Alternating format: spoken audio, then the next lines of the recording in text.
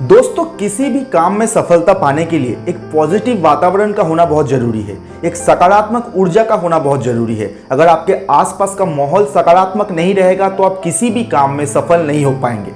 नमस्कार दोस्तों, मैं हूं सौरभ राय और आप सभी का स्वागत है मेरे यूट्यूब चैनल थिंकिंग पॉइंट में। दोस्तों, रविंद्रनाथ ठाकुर जी के जीवन से जुड़ी एक छोटी सी किस्सा सुनाना चाहूंगा। एक बार कवि गुरु रविंद्रनाथ ठाकुर जी बहुत ही शांत दिमाग से एक कविता लिख रहे थे। कविता लिखते लिखते वे इतना डूब गए थे कि उन्हें पता ही नहीं चला कि कोई उनके कमरे में घुस आया है। वो एक अपराधी था और किसी वजह से ठाकुर जी को मारना चाहता था। उसके हाथ में एक खुला चाकू था। लिखते लिखते ठाकुर जी ने जैसे ही अपना गर्दन ऊपर उठाया तो उन्होंने उस व्यक्ति को देखा। ठाकुर जी ने बहुत ही शांत तरीके से उन्हें कहा कि आप जो भी करना चाहे थोड़ी देर बात कर लीजिएगा। सृजन की ये घड़ी अगर निकल गई तो मैं फिर कुछ नया नहीं लिख पाऊंगा। इस समय में मेरे अंदर में एक बहुत ही सुंदर भाव इस कविता के लिए आया है, जो अगर ये पल अगर बीत गया तो वो भाव फिर से मेरे अंदर आना बहुत मुश्किल है।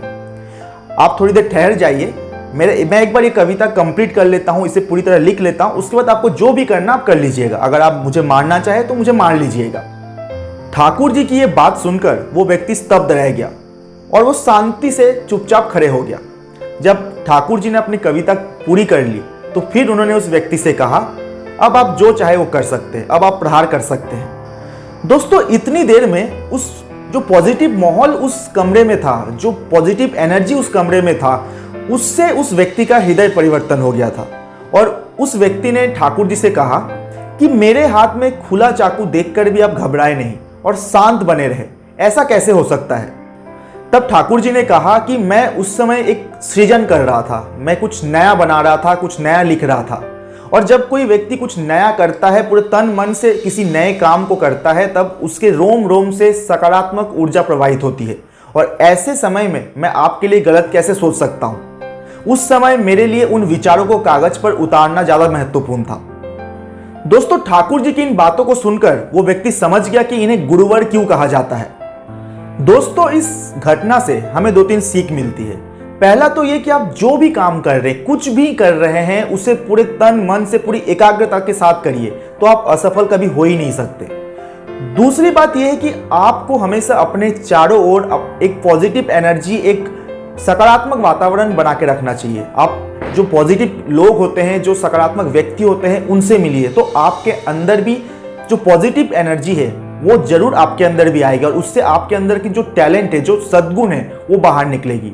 आप कभी भी ये नोटिस करिएगा, जब आप किसी ऐसे व्यक्ति से मिलते हैं जो हमेशा दुखी रहता है, जो हम हर टाइम कुछ ना कुछ नेगेटिव बातें करता है, हमेशा दुखी रहता है, जब आप उनसे मिलते हैं तब आप अपनी एनर्जी लेवल एक बार नोटिस करिएगा। और जब आप किसी ऐसे जो हंसता खिलता, किसी जो हमेशा पॉजिटिव रहता है, ऐसे व्यक्ति से मिलना, तब आपको समझ में आएगा दोनों व्यक्ति से मिलने का जो डिफरेंस है, दोनों व्यक्ति से मिलने के बाद आपके अंदर क्या चेंजेस आती है, ये बहुत महत्वपूर्ण है।